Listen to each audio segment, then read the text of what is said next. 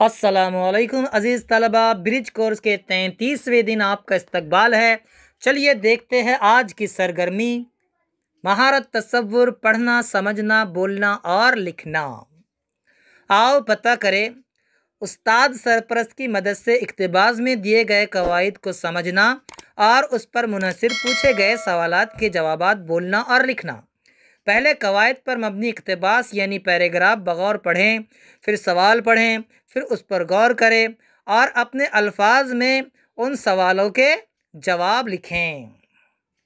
चलिए बच्चों देखते हैं इक़्तिबास। आओ खुद से करके देखें।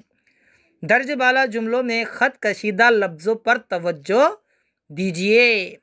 प्यारे बच्चों, यहाँ पर 4 जुमले दिए गए हैं और 4 जुमलों में 4 अल्फाज ऐसे हैं जिनके नीचे ख़त खींचा हुआ है, वो ख़त कशीदा है, उस पर आपको ख़ास तवज्जो देनी है। चलिए मैं आपको पढ़कर सुनाता हूँ। पहला जुमला, वो बेताबी से इधर उधर दौड़ रहे थे, बेताबी से।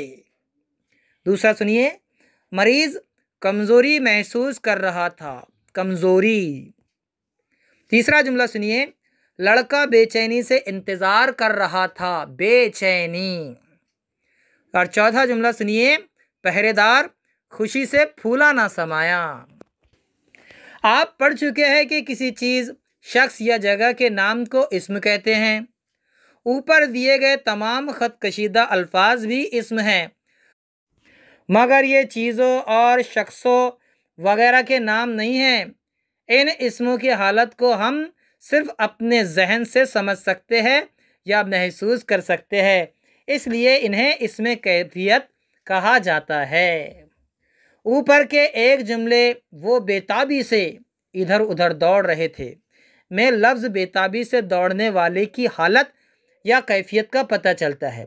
दौड़ने वाले के चेहरे पर और हाथ पाँव की हरकत से हम उसकी हालत जान लेते हैं। प्यारे बच्चों, ऊपर जो ख़त कशीदा अल्फाज है वो इसमें कैफियत है।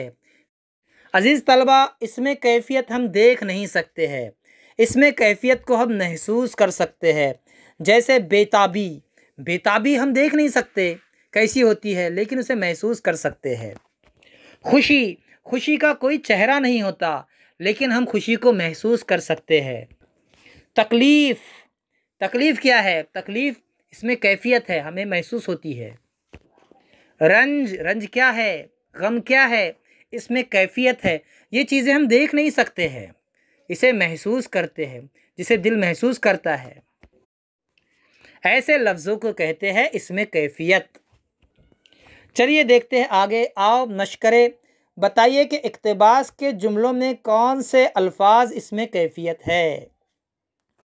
अज़ीज़ तलबा, बहुत आसान सवाल है। आप जानते हैं कि जिन लफ्ज़ों को ख़त कशीदा किया गया है वो इसमें कैफियत है, जिन्हें महसूस किया जाता है। जो कैफियत होती है वो कैफियत जिस्म की भी हो सकती है, जहन की भी हो सकती है, दिल की भी हो सकती है। चलिए देखिए आगे।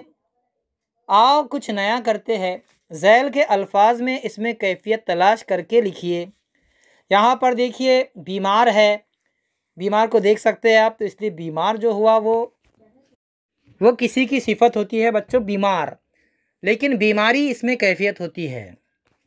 तीमार, परेशानी, बुराई, फौज, हंसी, बड़ाई, मुजरिम, पहरेदार, वफादारी, चोरी छुपे। इन लफ्ज़ों में आपको तलाश करना है कि कौन से लफ्ज़ इसमें कैफियत है और उनके गिर्द दायरा लगाइए या फिर उन्हें अलग करके लिखिए। ठीक है, हम फिर मिलेंगे अगले वीडियो के साथ। तब तक के लिए अल्लाह हाफिज़, अस्सलामु अलैकुम।